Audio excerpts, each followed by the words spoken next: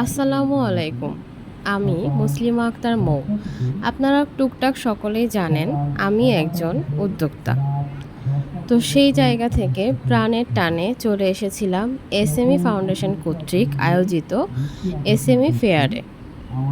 করোনার পরে বেশ কিছু বছর পরেই এই ফেয়ারটি আবার হচ্ছে। যার কারণে চলে এসেছিলাম চীনমৈত্রী সম্মেলন কেন্দ্র বা বঙ্গবন্ধু আন্তর্জাতিক সম্মেলন কেন্দ্রে, যেটা ঢাকা আগারগাঁয়ে অবস্থিত। মেলাতে আমরা আমাদের নিজেদের সংগঠন আনন্দ মেলার স্টলটি মূলত ভিজিট করতে এসেছিলাম। খাবারের স্টল ছিল আনন্দ মেলার।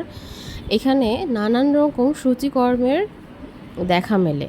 যেহেতু আমরাও সূচিকর্ম নিয়ে কাজ করি, বঙ্গবন্ধুর উপরে তার পরিবারের উপরে সূচিকর্ম দিয়ে তৈরি করা হয়েছে নানান ধরনের ওয়ালমেট।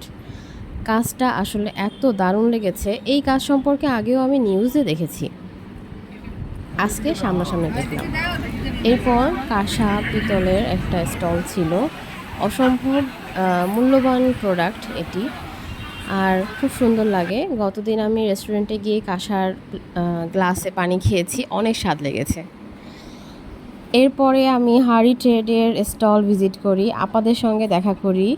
আনন্দ মেলার স্টল থেকে বেশ কিছু কেনাকাটা করেছি, খুব ভালো লেগেছে। যশোরের নকশিকাঁথা অ্যাসোসিয়েশনের প্রেসিডেন্ট এবং অন্যতম ব্যক্তিত্ব মরিয়ম নার্গিস আপার সঙ্গে দেখা হয়। তারপর নানান ধরনের স্টলে আমরা ভিজিট করি।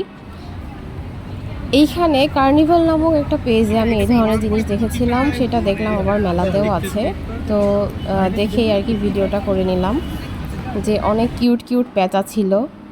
তারপর হাতে তৈরি পাটের বিভিন্ন ধরনের সামগ্রী, গিফট ব্যাগ, র্যাপিং পেপার জাতীয়, ওয়ালে ডেকোরেট করার জন্য বিভিন্ন ধরনের সামগ্রী হাতে তৈরি। আসলে এই কুটির শিল্পর জিনিসগুলো আমাকে ভীষণভাবে টানে। এরপর চলে এসেছিলাম আনন্দমেলার স্টলে। এখানে কিন্তু অনেক উদ্যোক্তাদের পণ্যর একটা সমারোহ তৈরি হয়েছে। এই যে আনন্দমেলা স্টলে আমরা ছবি তুলি, মুর্শিদ আপা ছিল। এরপর চলে এসেছিলাম নকশিকাঁথার সঙ্গে ছবি তুলতে, আমাদের তৈরি হাতে তৈরি নকশিকাঁথা।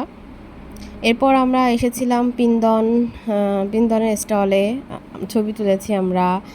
তারপর এই ড্রেসটির উপরে টপস আমি খুঁজছিলাম, এটা আমাদের ফারাদিবা আপার তৈরি একটি ড্রেস, আমার খুব ভালো লাগছে। এরপর এই যে হাতে ভাজা মুড়ি এবং ফ্রোজেন ফুড, আমাদের আনন্দ মেলার আরও একটি স্টল, এটা হচ্ছে খাবারের জন্য আনন্দ মেলা পেয়েছে। তারপরে আবার আমরা কাপড় চোপড়ের যে সাইডটা হল এতে চলে আসি।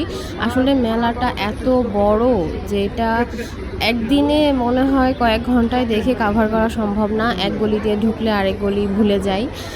তো মানে খুবই ভাল লাগছে। যশোরের অনেক বড় একটা অংশ এই মেলায় ছিল, যেটা আসলে খুব গর্ব করার মতো একটা বিষয়। যেহেতু আমিও হস্তশিল্পের একজন উদ্যোক্তা, তো প্রাউড ফিল করা যেতেই পারে।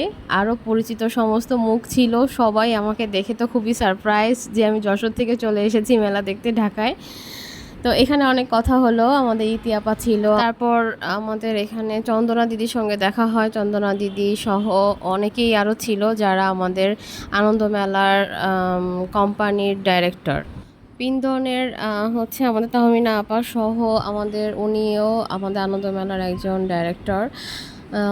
ওনাদের সবার সাথে দেখা করে খুবই ভালো লাগছে। এরপর হাড়ি ট্রেডের সঙ্গে দেখা হলো, তাদের স্টলটা খুবই দারুণ ছিল। তারপরে প্রীতি আপার সঙ্গে ছবি তোলা হলো। আসলে ওনারা এত বেশি আন্তরিক, খুবই ভালো লেগেছে। তো সব মিলিয়ে মেলাটা আসলে অনেক জাঁকজমক, অনেক দারুণ হচ্ছে। আপনারা যারা মেলাটা এবার মিস করেছেন, আশা করি সামনের বার আসবেন। এর বড় প্রিয় ভাষিনীর সঙ্গে আপনাদের দেখা হবে। শুভকামনা রইল।